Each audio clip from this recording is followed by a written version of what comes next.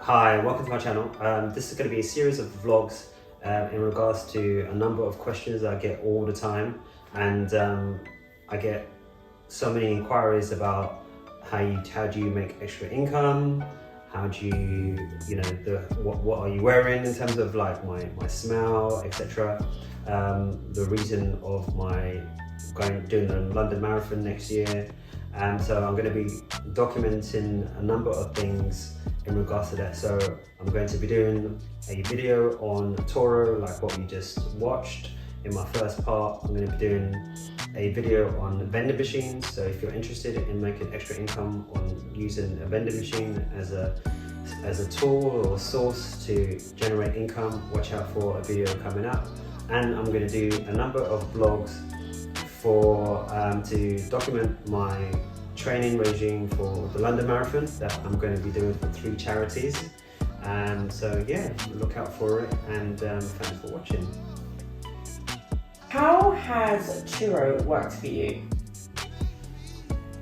Turo for me has been pretty positive in terms of how you structure your business.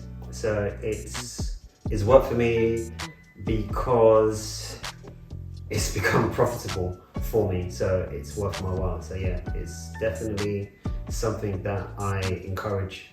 If you are reasonable with your numbers and you're willing to put the time, it can be very, very, very fruitful. How much can you possibly make on Turo? Advertised, when I first saw it, you're watching a number of other YouTube channels, and you can make up to £1,000 a month on one car. That's not the case from what I've experienced so far. It varies, but you have a ballpark average of you have a ballpark figure. Some months are higher than others, and then you get really low months such as January and February. So I'll give an example. These are real world examples. One of my cars, the lease is £220 for that car, just the lease alone. The insurance is £60 for the year. The road tax, pay £14 a month. MOT is £50 for the year. To wash the car, when I first started, I had to pay £25, but then I found a mobile guy that washes the car. Initially, he was charging an astronomical fee. Then I said, look, I'm going to be washing my car more or less on a weekly to a fortnight basis, so with a fee. So me personally, on average, I'll give you an average cost. You'll be possibly spending about £30 to £40, but I pay a lot lower. But we'll go on with the real figures of, say, you're paying £30, and then you're paying for your RAC. So your RAC and tyre cover, you're spending about £15. So 220, 60. You're looking at 15, 30. So on a whole, before your car is even leased or rented to someone, you are paying about £400. Now on Turo, your charge fee is going to be about £40 per day. That's how much I charge, about £40 a day. Then you'll need to factor in your occupancy rate of how often your car is rented, and you have to do that in days. So there's 365 days, and then I've got a 85% occupancy rate. So just call it, you've got 300 days of the car being rented at £40 a day. You minus that from your 400 times 12. That will give you an average of what you'll make in terms of profit. Buying that, you also need to put set money aside for the likes of servicing the vehicle, because your car is going to be doing more than the average of 12,000 a year, you're looking at about 30,000 miles per time, and you've got to service it. You've got to factor in, you know, when the car gets scratched, are you the type of person to let that slide, or are you the type of person to have the car fixed immediately? So I'm the type of person that I can't look at scratches, and I like to present my vehicles to be in top spick span, so I get them fixed. So you need to put money aside for that.